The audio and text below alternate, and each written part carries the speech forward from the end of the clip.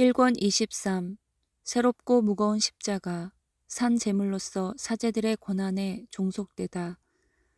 어느 날 아침 다른 날들과 똑같이 영성체를 한 후에 주님께서 악인들의 모욕 때문에 겪으신 고난에 참여하면서 당신과 함께 있어달라고 초대하셨고, 내가 그날 중으로 완전한 혼수 상태에 빠지게 되리라는 것을 알게 해주셨다.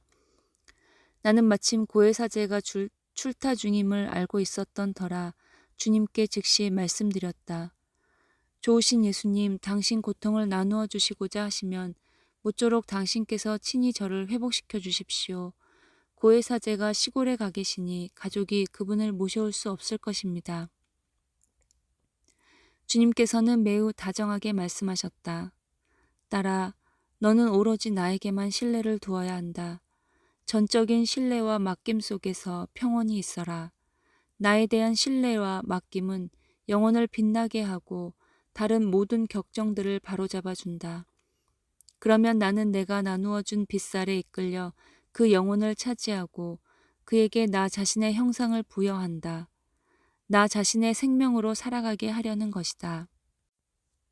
나는 예수님의 이 말씀에 반대할 수 없었으므로 그분의 거룩하신 뜻에 스스로를 맡기지 않으면 안 되었다. 그리고 이미 받아 모신 성체를 내 삶의 마지막 영성체로 봉헌하고 감실 안에 계신 예수님께 마지막 작별 인사를 드린 후에 성당에서 나왔다. 그렇게 자신을 주님께 맡겼건만 내게 일어날 일에 대해 생각하면 마음이 무거워지는 것이었다. 그래서 그날은 종일 주님께 새로운 힘을 주시기를, 즉 의식불명이 될 경우 혼자서 정신을 차릴 수 있는 새로운 힘을 주시기를 울며 기도하는 것 외에는 다른 일을 할 수가 없었다. 과연 바로 그날 너무도 고통스러운 죽음의 상태에 들어갔는데 이는 새롭고 극도로 무거운 십자가여서 내가 판단하기에 지금까지 짊어져야 했던 모든 십자가들 중에서 가장 괴롭고 무서운 것이었다.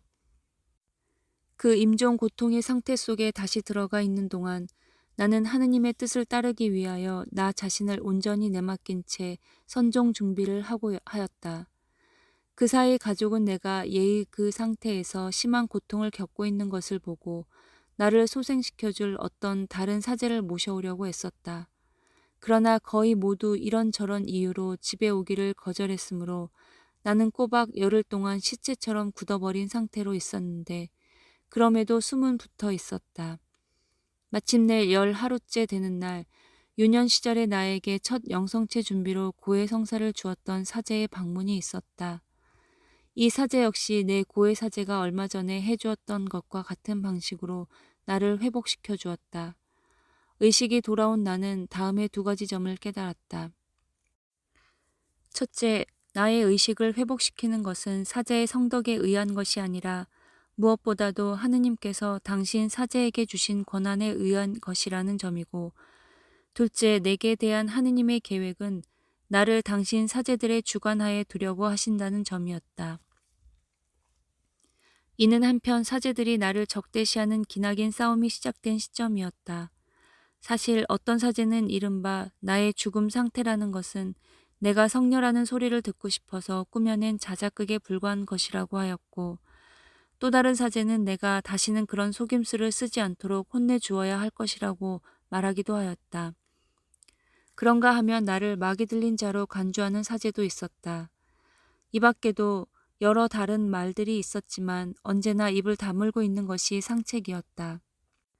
단 내가 어떻게 해야 좋을지 몰랐던 것은 나의 죽음 상태가 너무 오래 지속되지 않게 하기 위해서 가족은 사제를 찾아 모셔오는 것을 의무로 여긴 한편 아무도 그 까닭을 모를 거절들을 받고 있어서 사제를 찾아갈 수도 가지 않을 수도 없는 궁지에 몰려 있었기 때문이다. 가족들 중 특히 내 가련한 어머니는 나 때문에 쓰라리 눈물을 얼마나 많이 쏟았는지, 그러나 나로서는 침묵을 지키면서 오로지 주님께 나의 고통을 증대시키는 모든 이들을 용서해 주시기를, 그리고 나와 함께 고통받는 이들에게, 특히 내 어머니에게 100배로 갚아주시기를 간청할 따름이었다. 그러므로 의식을 회복하기 위해서 사제의 도움이 절대적으로 필요한 내게 있어서 그것이 얼마나 괴로운 상황이었겠는지 짐작할 수 있으리라. 수도 없이 하느님께 울부짖으며 당신 사제에게 의존해야 하는 이 고통스러운 상황에서 노연하게 해주시기를 빌고 또 빌었던 것이다. 게다가 하느님께서 나로 하여금 당신의 가장 큰 고통들을 겪게 하시고자 산 제물이 되는 상태를 받아들이기를 요구하셨을 때에 얼마나 여러 번 반항하기도 했는지, 그런 순간에는 평소와는 달리 나 자신에게 해로울 정도로 반항하면서 어지신 주님께 이렇게 말씀드렸던 것이다. 주님, 사제의 방문 없이도 주님께서 친히 저를 소생시켜 주시겠다고 약속해 주실 때만 당신께서 부르시는 산 제물의 신분을 받아들이겠습니다. 그렇게 해주지 않으시면 그처럼 무거운 멍에를 지고 싶지 않습니다. 이와 같이 나는 주님의 요구를 받고서도 사흘째 날이 되기까지 버틸 수 있는 한 버텼다. 그러나 하느님께서 어떤 것을 꼭 하고자 하신다면 대관절 누가 그분께 저항할 수 있겠는가?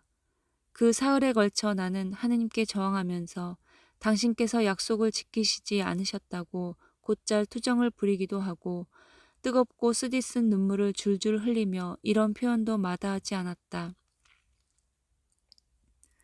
주님, 제게 하신 약속을 지키지 않으시니 어찌된 일이십니까? 처음에는 말씀하시기를 모든 일은 주님과 저만 알게 일어날 것이라고 하지 않으셨습니까? 그런데 주님 대신 다른 사람으로 하여금 저의 의식을 회복시키게 하심으로써 제가 주님과 저 사이에 일어난 일을 그 사람에게 알리지 않을 수 없게 하십니다. 뿐만 아니라 주님께서 저를 혼자서는 되살아날 수 없는 상태에 두실 때에 저를 회복시켜 줄 수 있는 이들은 방문을 꺼립니다.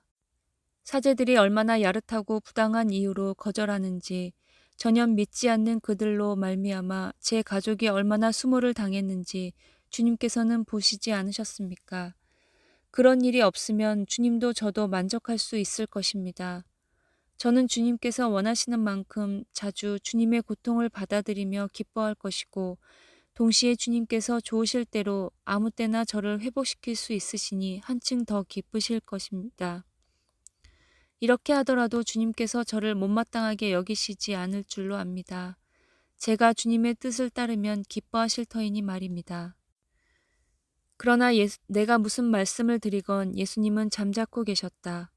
내 생각에는 올바르고 건전한 것이라고 여기고 말씀드린 것을 모두 허락해 주시려는 듯이 귀담아 듣고 계신 것이었다. 하지만 허락하시는 대신 이렇게 말씀하시는 것이었다. 얘야, 두려워하지 말아라. 나는 어둠도 주고 빛도 주는 하느님이 아니냐. 지금은 어둠의 때지만 머지않아 빛의 때가 올 것이다. 더욱이 나는 항상 사제들에 의해서 내 일을 드러내는 방식을 취한다는 것을 네가 알기 바란다. 사제들에게 영혼을 속속들이 알고 판단할 능력과 모든 것이 신적 계시의 기준에 부합한 것이라면 확신을 가지고 정진하도록 영혼을 격려할 수 있는 능력을 주었고, 반대로 계시의 기준에 부합되지 않는다고 판단되는 것은 무엇이든지 중지시키며 무시하게 할 수 있는 능력을 준 것이다. 말할 것도 없이 예수님의 이 말씀을 듣고 나는 입을 다물 수밖에 없었으며 다시는 쓸데없는 투정을 부림없이 그대로 받아들이면서 그분의 분명한 뜻에 순종하였다. 그러나 순명의 이름으로 지난 모든 일을 글로 표현할 것을 요구한 사제의 뜻을 따르지 않을 수 없어진 지금에 와서는 내가 4년 남짓 받아야 했던 온갖 이상한 반대들을 언급하지 않은 채 지나쳐서는 안 될 것 같다. 그러니 이에 대해 서술하는 것은 그렇게 하라는 명을 받아서이지 결코 그 기간 동안 내게 심히 힘든 시련을 치르게 한 사제들을 비방하기 위한 것은 아니다. 하기야 돌덩이처럼 마비되어 아무것도 할 수 없는 그 고통스러운 죽음 상태로 18일간이나 방치된 적이 있었고 그 길이가 18일보다는 짧은 경우들도 있었다고 말하는 것으로 족하리라.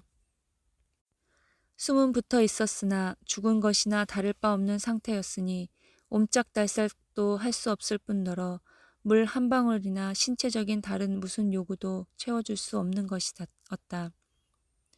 요컨대 나는 살아있으면서도 죽은 상태로 사제들의 손에 넘어가 있었는데 사제들은 마음이 내키는 대로 또 일부러 나를 괴롭히려고 죽음과 진배 없는 그 상태에 머물러 있게 했던 것이다. 진정한 순교라고 말할 수 있는 그 4년 동안 내가 겪었던 일들에 대해서는 오직 하느님께서만 아실 뿐이다. 그리고 나를 되살리고 싶은 마음이 생겨 찾아온 사제도 인내하면서 하느님의 뜻을 따르시오 라고 따뜻하게 말해주기는커녕 마치 못되게 굴며 순종하지 않는 자를 대하듯이 따라서 무엇이나 제 뜻대로 함으로써 악의 길로 접어든 자를 대하듯이 비난과 꾸중을 퍼붓곤 하는 것이었다.